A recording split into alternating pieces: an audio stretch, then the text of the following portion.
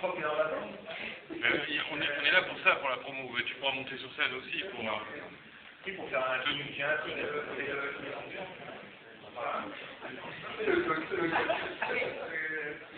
Tu nous présentes ton ami invisible, Jim, s'il te plaît?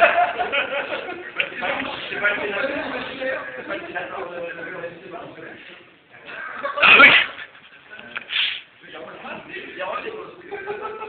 Tu sais, le truc que tu canales depuis tout à l'heure, c'est pas sa main, hein?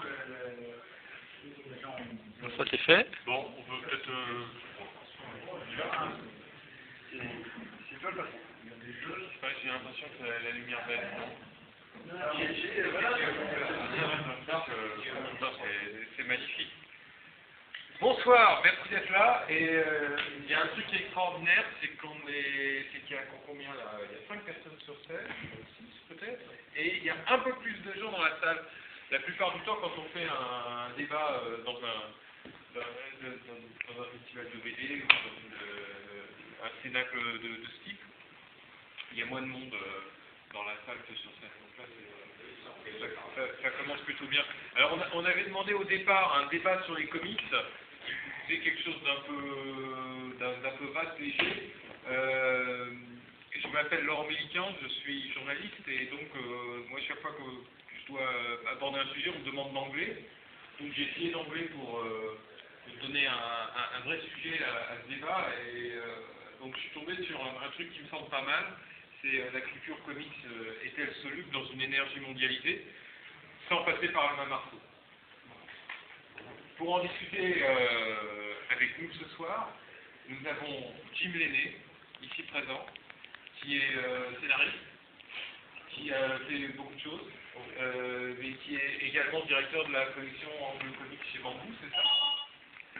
Edmond Touriol, du studio Macma, alors c'est le grand Manitou du studio, c'est ça? Beaucoup de problèmes avec la loi anti-secte d'ailleurs à ce sujet. Ouais. Et malgré ça, donc, on arrive avec le studio Magma à, je dirais, faire travailler une vingtaine d'artistes freelance, prestataires de services pour différents éditeurs américains, européens, etc.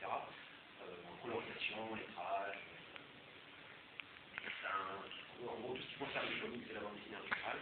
Et à titre personnel, j'ai fait énormément de traductions de comics, notamment pour mon ami Jim.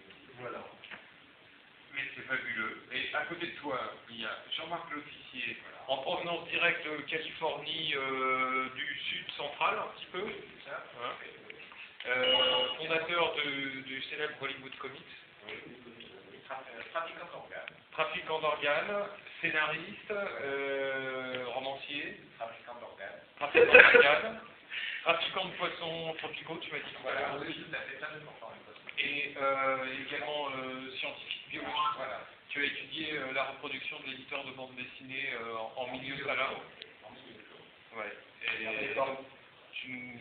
Voilà, nous allons faire une démonstration, Jean-Marc, Gilles est vraiment sous prétexte.